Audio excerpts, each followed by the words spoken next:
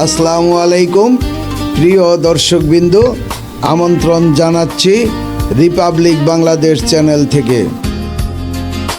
দাউদকান্দি থেকে মেঘনা ব্রিজ পর্যন্ত আপনাদেরকে দেখিয়েছিলাম আমার চ্যানেলে।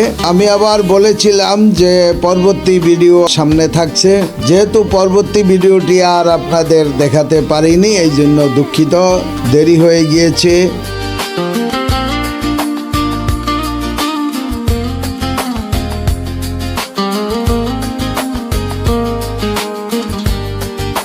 দর্শকবৃন্দ, আপনারা দেখছেন আমি মেঘনা ব্রিজ পার হয়ে যাচ্ছি, টোল প্লাজা দেখা যাচ্ছে। আপনারা আমার সাথে থাকুন, সঙ্গে থাকুন, দেখি আমরা কতক্ষণ আজকে আপনাদেরকে দেখাতে পারি।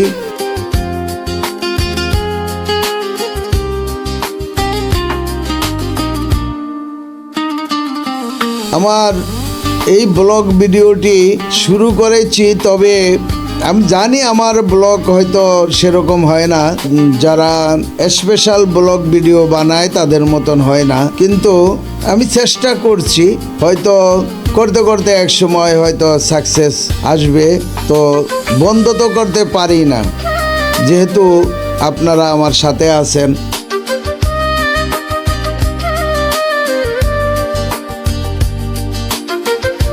যারাই আমার এই ব্লগ ভিডিও দেখছেন তারাই আমার প্রাণের স্পন্দন, আমার হৃদয়ের স্পন্দন, আমার ভালোবাসার মানুষ। আমাকে যারা ফলো করছেন, যেই 2-4 জন আমার ভিডিও দেখছেন, আপনাদেরকে আমি ধন্যবাদ জানাই। আপনাদেরকে আমি আমার সবটুকু হৃদয়ের ভালোবাসা দিয়ে এগোতে চাই। আমি আপনাদের দোয়া এবং ভালোবাসার প্রত্যাশী।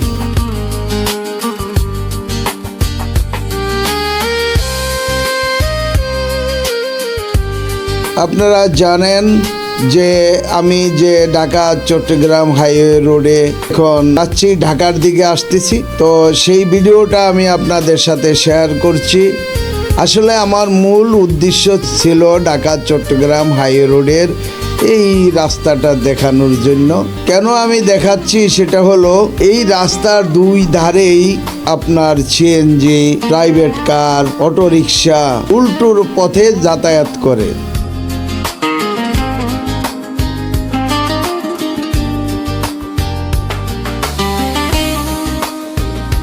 দুর্ভাগ্য যে আজকে আমার চোখের সামনে একটিও উল্টো গাড়ি পড়েনি। উল্টো গাড়ি অনেক ডিস্টার্ব করে, এবং এই উল্টো গাড়িগুলির কারণে এই যে একটি উল্টো গাড়ি যাচ্ছে আপনারা দেখছেন, বলতে বলতেই আমার সামনে এই যে আরেকটি গাড়ি। আপনারা বলেন যে এত বড় রিক্সে হাইওয়ে রোডে আপনার এই যে উল্টো গাড়ি আরেকটা, তো এই যে উল্টো গাড়িগুলি চলে, এই গাড়ির কারণে আসলে যারা বাম পাশ দিয়ে গাড়ি চালায় তাদের জন্য অনেক কষ্ট হয়। এই উল্টো গাড়িগুলি আসলে অনেক বিপদের লক্ষণ।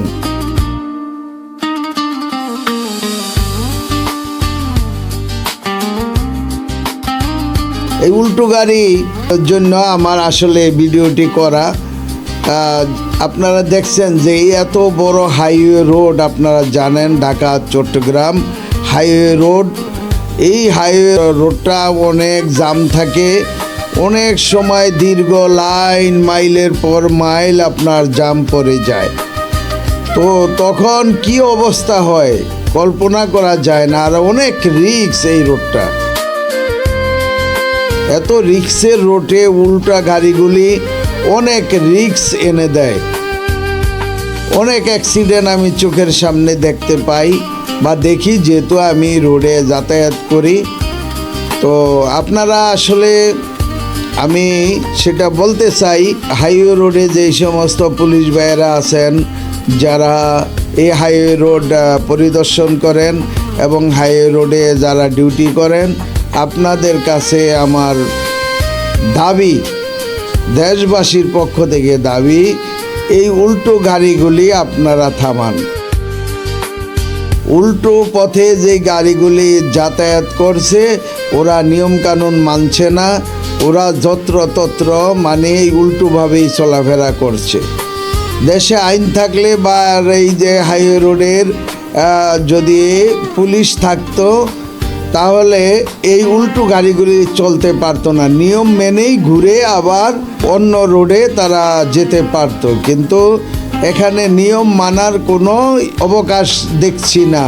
তার কারণ কে কার নিয়ম মানবে, কে কার কথা শুনবে, কর্ণপাত করবে। ওই যে আরেকটি গাড়ি উল্টো যাচ্ছে, এই যে আরেকটি গাড়ি উল্টো যাচ্ছে।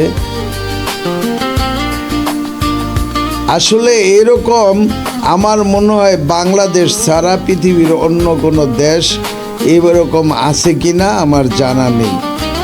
প্রিয় দর্শকবৃন্দু, আপনারা দেখছেন যে ঢাকা চট্টগ্রাম হাই রোড। এই ঢাকা চট্টগ্রাম হাই রোড আপনারা জানেন এই রোডটি অনেক গ্যাদারিং একটি রোড। সেই রোডে যদি উল্টো গাড়ি চলে, এই উল্টো গাড়ির আধিক্য দেখে আমার মনে হয় যে আমরা মগের মুল্লুকে বসবাস করছি। কারণ রাস্তায় কোনো নিয়ম নেই, যার যেমনে খুশি সেভাবে গাড়ি চালাচ্ছে। যেই যে দেখুন আরেকটি গাড়ি যাচ্ছে।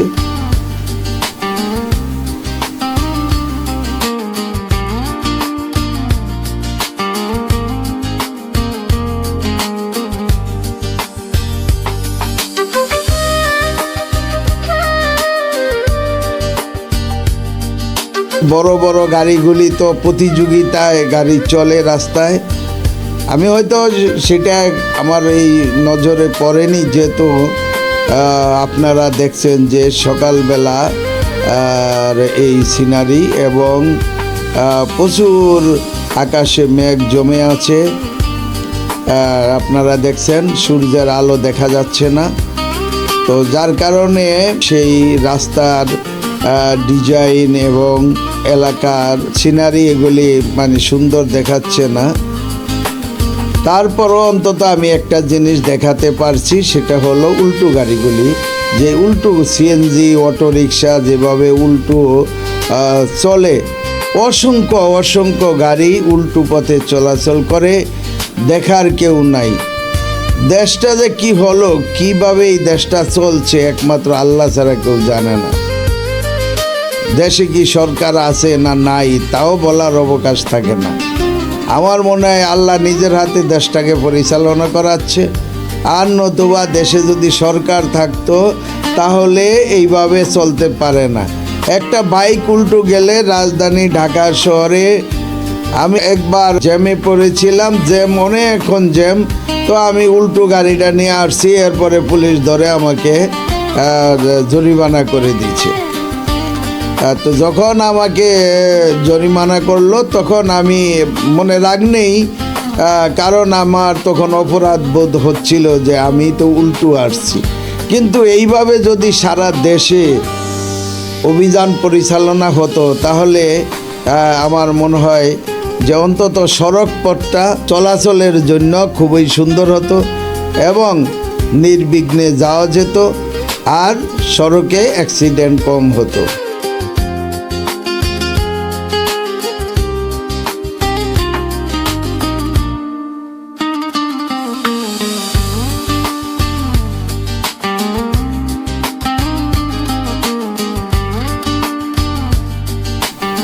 তো যাই হোক, প্রিয় দর্শকবৃন্দ, আপনারা দেখছেন ঢাকা চট্টগ্রাম হাই রোড। এই ঢাকা চট্টগ্রাম হাই রোড আসলে একটি গুরুত্বপূর্ণ রোড, এবং যেই রোডের কথা না বললেই নয়, যেই রোডটি একটি গুরুত্বপূর্ণ এবং অনেক বিজি রোড, অনেক বিজি। আপনার 10টার পরে তো রাস্তা গাড়ি আর গাড়ি, গাড়ি আর গাড়ি। এই গাড়ির শেষ নাই, শেষ কোথায় বলা খুবই কষ্টকর যে এত গাড়ি। আর বোঝেন ঢাকা চট্টগ্রাম হাইওয়ে রোড, এটা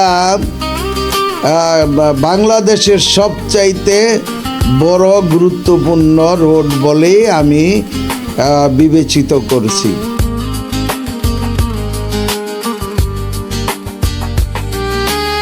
আপনারা দেখছেন এই রোডের যাত্রা। তবে এই রোডটি 8 লেন বা 10 লেনের চওড়া রোড হলে অনেক ভালো হতো, কারণ এই রাস্তাটি আপনারা দেখছেন এখানে 2 লেনের রাস্তা, আর হাতের ডাইন পাশে 2 লেনের রাস্তা, 4 লেন। যদি এই রাস্তাটা 8 লেনের রাস্তা হতো, লোকাল গাড়িগুলি এই যে উল্টো চলে, এই গাড়িগুলি তখন আর উল্টো চলতে পারতো না। সরকারের কাছে আমার আবেদন থাকবে, ঢাকা চট্টগ্রাম হাইওয়ে রোডটা যেন 8 লেনের রাস্তা হয়। তখন লোকাল লেন থাকবে, ওই লোকাল গাড়িগুলি আর হাইওয়ে রাস্তায় উঠতে পারবে না। যেভাবে বিগত সরকার, শেখ হাসিনা সরকার আপনার ঢাকা থেকে মাওয়া পর্যন্ত যে রাস্তাটি করে দিয়েছেন, 8 লেনের রাস্তা, হাইওয়ে কখনো উল্টো গাড়ি চলতে পারে না এবং গাড়ি ঢুকতেই পারে না। লোকাল দিয়েই লোকাল গাড়ি চলে, যার কারণে খুবই ভালো লাগে। এই গুরুত্বপূর্ণ রাস্তাটিও লোকাল লেন থাকা উচিত এবং হাইওয়ে রোড থাকা উচিত। হ্যাঁ, সেটার জন্য এই রাস্তাটি 8 লেনের একটি সড়ক হওয়া উচিত। যদি সরকার বাহাদুর এই রাস্তাটি নিয়ে বিবেচনা করেন এবং 8 লেনের রাস্তাটা তৈরি করে দেন, তাহলে আমার মনে হয় যে এই রোডে যানজট থাকবে না এবং এই রোডে অ্যাক্সিডেন্ট হবে না এবং নিরাপদ সড়ক হবে। এই নিরাপদ সড়কের জন্য সরকার বাহাদুর কাজ করে যেতে পারেন। প্রিয় দর্শকবৃন্দ, আজকের মতো আমি এখানেই বিদায় নিচ্ছি। আপনারা সবাই ভালো থাকবেন, সুন্দর থাকবেন, এই প্রত্যাশা রেখে আমি মনসুর রহমান পাশা আপনাদের সকলকে সুন্দর এবং শান্তিময় জীবন কামনা করে বিদায় নিচ্ছি। আল্লাহ হাফেজ।